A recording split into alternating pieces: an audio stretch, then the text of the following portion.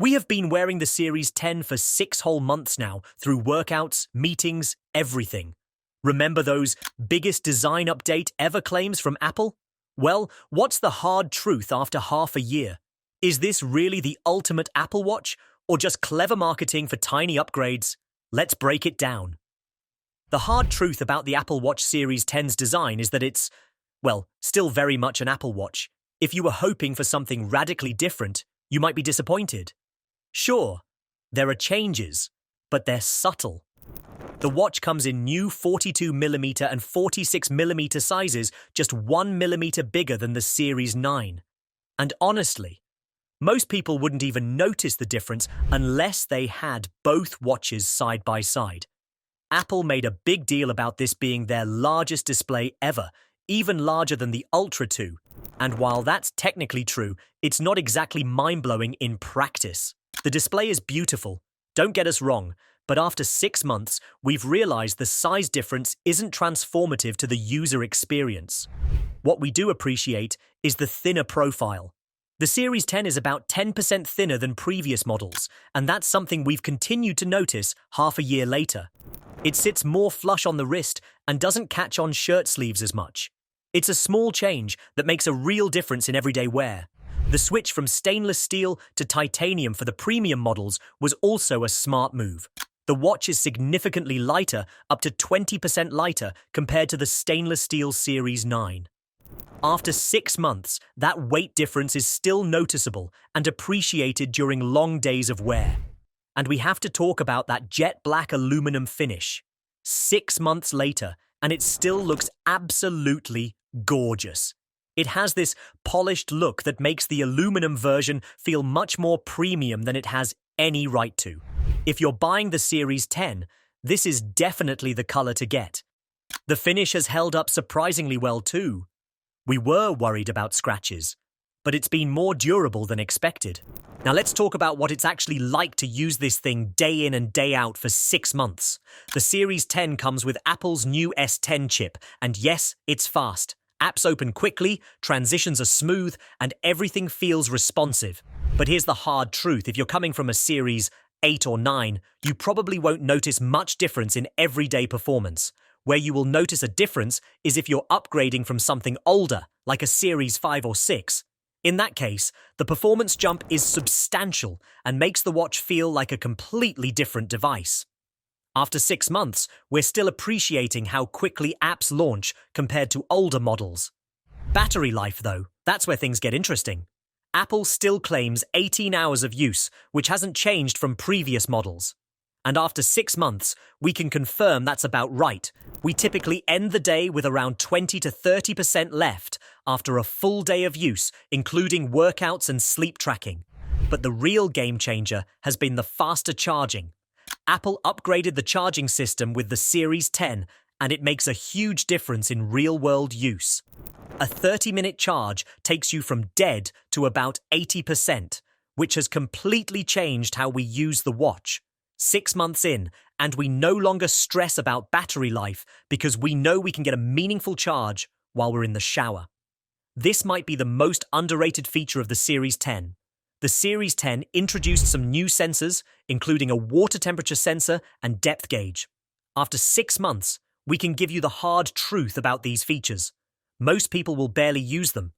Unless you're regularly swimming in open water, these sensors are nice to have, but not essential.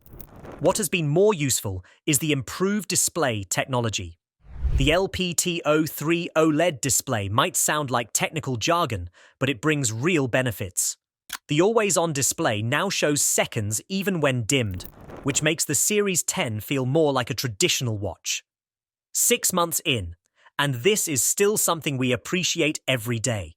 The display is also 40% brighter when viewed at an angle, which is noticeable when you're glancing at your watch while driving or working.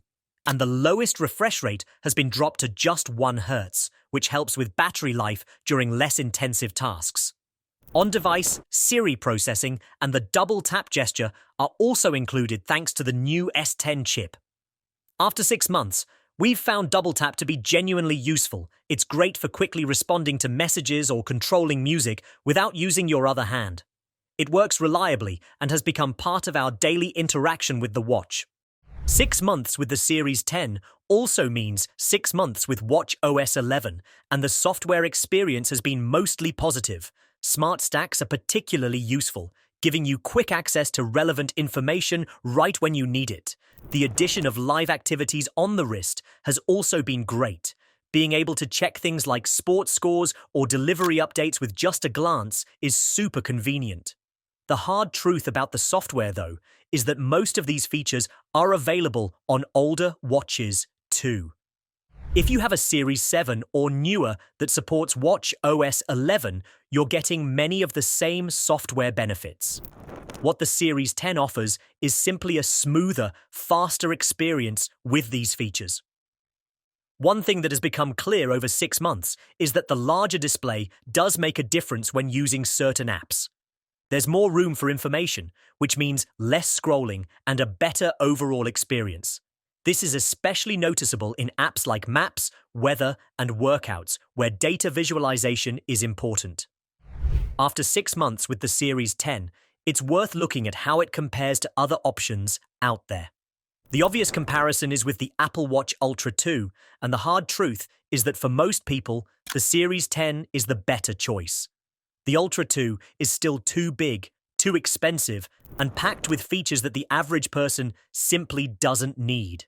Compared to something like the Samsung Galaxy Watch or Google Pixel Watch, the Series 10 still offers the most polished experience if you're an iPhone user.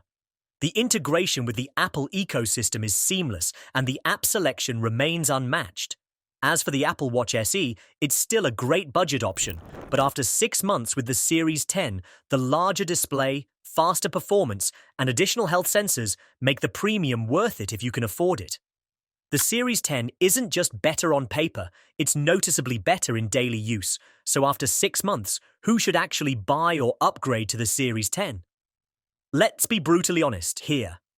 If you're using a Series 9, probably not. The differences are nice, but not dramatic enough to justify the cost for most people.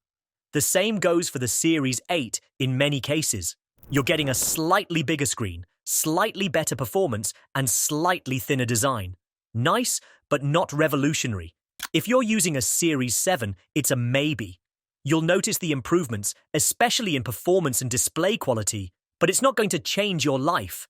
But if you're coming from a Series 6 or older, absolutely. The difference is night and day.